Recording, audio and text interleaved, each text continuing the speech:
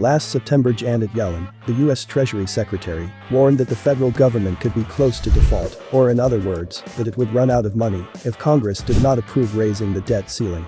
In other words, if Congress did not authorize raising the government's debt above the current limit of $28.4 trillion, then the government would have no revenues to pay its debts, salaries and other expenses. In short, it would be bankrupt.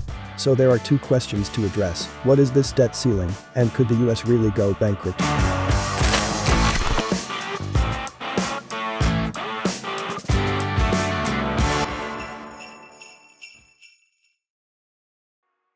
When the government spends more than it receives in revenues, it generates a public deficit, and to cover that deficit the government borrows money from investors, investment funds, pension funds and even other countries.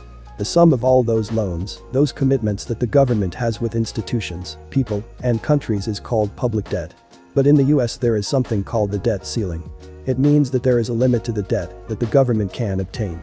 In the US there has always been this discussion about whether there should be debt, whether it is good or bad, or whether it should be paid off soon or not. In fact, there was a president in 1829, Andrew Jackson, who hated debt so much that he decided to pay it off completely. But a government without debt would not last long. These were times of wars and conflicts that required significant resources, and for better or worse the US needed to go into debt. So although the debt could never be completely eliminated, there was strict congressional control over how and how much the government could borrow.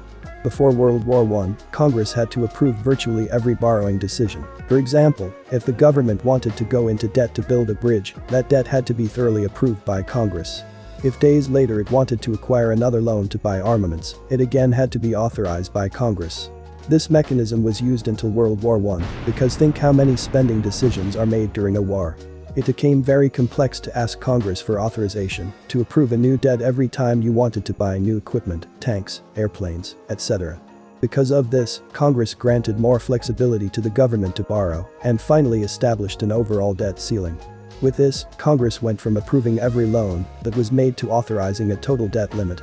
However, this federal government debt ceiling has not fulfilled its mission of controlling the growth of the national debt for several decades. Every year, even several times a year, the government has to ask Congress to raise the debt ceiling in order to be able to borrow more. Since its creation, this limit has had to be raised or suspended more than 100 times. It has been modified 78 times since 1960 alone, under both Republican and Democratic presidents. Before, the debt used to follow a cycle, increasing in times of crisis and decreasing in good times, but in recent years the debt only increases regardless of the behavior of the economy. It was after the 2008 financial crisis, during the Obama administration, that the US debt grew considerably, as hundreds of billions of dollars were spent to revive the economy and bail out the banks. Debt as a percentage of GDP went from 60% in 2008 to over 100% in 2013, and recently reached 135% of GDP. Some forecasts assure that the trend will continue and debt will reach 195% of GDP by 2050. The US has one of the highest debts in the world in proportion to the size of the economy, so it is not strange the discussion that was presented in October 2021 for Congress to raise the debt ceiling again, but the Republicans did not agree. Finally, the House of Representatives passed a bill to raise the debt ceiling, but only until December 2021. This means that if Congress refuses to raise this limit in that month, the US would default on its payments, as happened in Greece or Argentina, for example. So the federal government would go bankrupt. The other question is whether the US government could actually go bankrupt. Initially, the US would not have to worry about where it can get money to pay its debts, because they are determined in US dollars. So the US could never go bankrupt because it can produce dollars to pay its debts in dollars.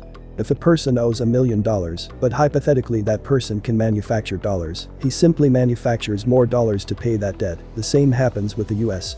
But that does not mean that there is no economic limit or that there are no consequences. There will come a point in which the excess of dollars circulating in the economy will generate inflation. The best example to prove that is what is happening in 2021. The US government issued some $6 trillion in debt over the last 2 years, and the central bank printed dollars to buy much of that debt.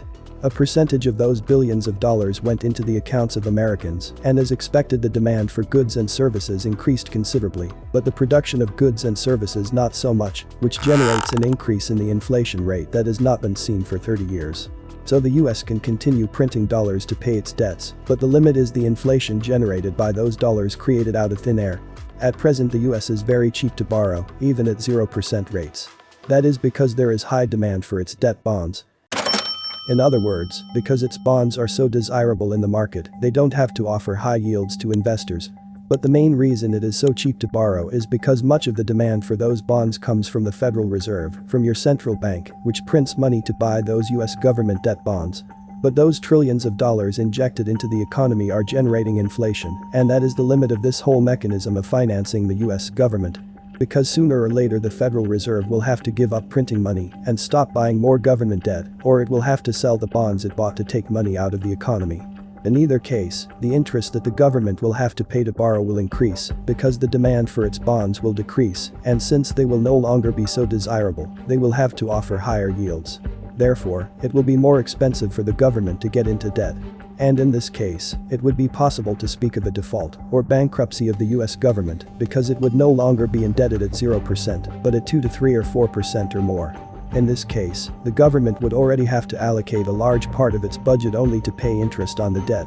Let us consider that an additional 1% on a debt of $28 trillion would translate into $280 billion, and the annual income of the federal government is approximately $3.4 trillion. In addition, bondholders, seeing that the Federal Reserve is no longer buying US government debt bonds, will follow suit and begin to sell the bonds in their possession, which will increase the interest that these bonds provide, because as we mentioned, the lower the demand, the higher the yields these bonds will have to offer investors. So, if this happens, it will become unsustainable for the US government to pay its obligations. In short and in simpler words, the enormous indebtedness of the US government has been possible thanks to the support of its central bank in buying its debt. But the moment inflation gets out of control, the central bank will have to stop printing money to buy that government-issued debt. When that happens, it will be much more expensive for the government to borrow, and then we would be talking about a possible default of the federal government. The other option is that they ignore inflation and continue with this financing mechanism. Thank you very much for making it to the end.